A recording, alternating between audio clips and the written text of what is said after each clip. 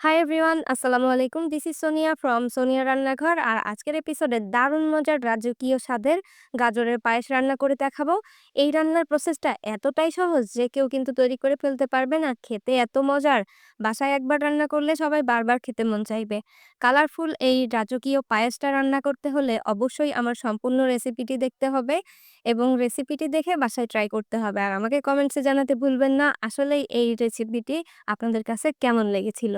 প্রথমে আমরা গাজরের পায়েস তৈরি করার জন্য কিছু বাদাম নিয়ে নিব। আর এই বাদামটাকে একটু মিহি কুচি করে নিতে হবে। আমি এখানে ৩ ধরনের বাদাম নিয়েছি। আপনারা আপনাদের হাতের কাছে যে বাদাম পাবেন সেটাই নিবেন। পায়েসের মধ্যে একটু বাদাম দিলে খেতে কিন্তু একটু রাজকীয় ফ্লেভার আসে। এইভাবে কুচি, কুচি করে নিতে হবে। এরপর নিয়ে নিচ্ছি 1/4 কাপ চাল, পোলাওয়ের চাল এটা। এই চালটাকে আমরা একটু আধ-ভাঙা করে নিব। একেবারে মিহি পাউডার করা যাবে না। অল্প একটু প্রেস করে নিলেই হবে। সুজি থাকতে পারে মাঝখানে এমন যেন হয়। এরপর গাজর নিয়ে নিলাম। আগে থেকে ধুয়ে ভালোভাবে পানি শুকিয়ে নিয়েছি। আর এটাকে ভালোভাবে মিহি কুচি করে নিতে হবে। যতটা পাতলা কুচি করা হবে এটা খেতে কিন্তু তত বেশি মজার হবে। এখানে ১ কেজি পরিমাণ গাজর ছিল। এরপর ২ টেবিল চামচ পরিমাণ ঘি নিয়ে নিচ্ছি কড়াইয়ের মধ্যে। ঘিটা একটু গরম হয়ে আসলে এর মধ্যে দিয়ে দিব গাজর কুচানো। আর এই গাজরটাকে লো আঁচে একটু ভেজে নিতে হবে। অবশ্যই এটা করতে হবে, না হলে গাজরের পায়েস রান্না করলে কাঁচা, কাঁচা একটা গন্ধ পাবেন। তাই চেষ্টা করবেন একটু লো আঁচে ৫ থেকে ৭ মিনিট এই গাজরটাকে ভেজে নিতে। আর এভাবে ভাজতে, ভাজতে গাজরের এক্সট্রা পানিটাও শুকিয়ে যাবে এবং কাঁচা গন্ধটাও দূর হয়ে যাবে। এরপর দিয়ে দিব লিকুইড দুধ। আমি আগে থেকে জাল করা ২ লিটার পরিমাণ দুধ এখানে দিয়েছি।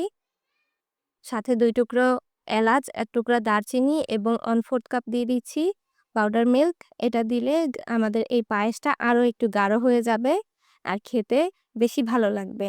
সবসময় দেখবেন গাঢ় দুধের পায়েস খেতে যেন একটু রাজকীয় স্বাদ বেশিই আসে। চিনি দিয়ে দিচ্ছি ১ কাপ পরিমাণ।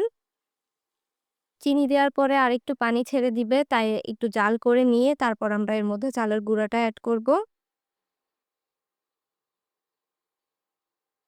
দুধটা যখন গরম হয়ে আসবে, তখন এর মধ্যে চালের গুঁড়াটা অনবরত নেড়ে এড করতে হবে। আর খুব অল্প, অল্প পরিমাণ আমি দিচ্ছি দেখতে পাচ্ছেন।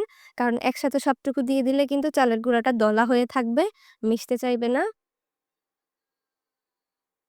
চালের গুঁড়োটা দিয়ে আমাদের অনবরত নেড়ে-চেড়ে রান্না করে নেয়ার পালা। যখন দেখবেন চালটা একদম ফুটে গেছে, গাজর সেদ্ধ হয়ে যাবে খুবই তাড়াতাড়ি যেহেতু পাতলা করে কুচানো আছে। চালটা সেদ্ধ হয়ে গেলেই তখন আমাদের পায়েসটা কিন্তু অলরেডি হয়ে যাবে। কা আর দেখতে পাচ্ছেন দুধটা অনেকটা কমে এসেছে। এই পর্যায়ে আমরা বাদাম কুচি আর সাথে দিয়ে দিচ্ছি কিছুটা কিশমিশ। এরপর আর বেশিক্ষণ চুলায় রাখতে হবে না। কিছুক্ষণ নাড়াচাড়া করে তারপর নামিয়ে ফেলতে হবে। থকথকে ঘন পায়েসটা যখন হয়ে যাবে আপনারা দেখলেই বুঝতে পারবেন। খুব বেশি পাতলাও নামাবেন না, আবার অনেক বেশি গাঢ় করে চুলা থেকে নামাবেন না। তাহলে ঠান্ডা হওয়ার পর কিন্তু শক্ত হয়ে যাবে। যখন দেখবেন এরকম একটু পাতলা, পাতলা রয়েছে, খুব বেশি গাঢ় বা ঘন না, তখন এটাকে নামিয়ে নিবেন। আর ঠান্ডা হওয়ার পর এভাবে পরিবেশন করবেন। এখানে বাটিতে দেখেই বুঝতে পারছেন অনেক বেশি এটা গাঢ়ও হয়নি। একদম পারফেক্ট কনসিস্টেন্সি ছিল। আপনারা একবার বাসায় রান্না করলেই বুঝতে পারবেন। আর এই রেসিপিটা করা ছিল সবথেকে সহজভাবে। মেহমান আপ্যায়নে অথবা নিজেদের খাওয়ার জন্য এই ডেজার্টটা কিন্তু অনেক বেশি হেলদি। অবশ্যই বাসায় ট্রাই করবেন। আর ভিডিওটি ভালো লাগলে লাইক, কমেন্ট, শেয়ার করে আমার চ্যানেলটি সাবস্ক্রাইব করে আমার পাশেই থাকবেন। দেখা হবে নেক্সট এপিসোডে। ভালো থাকবেন সকলে। আসসালামু আলাইকুম।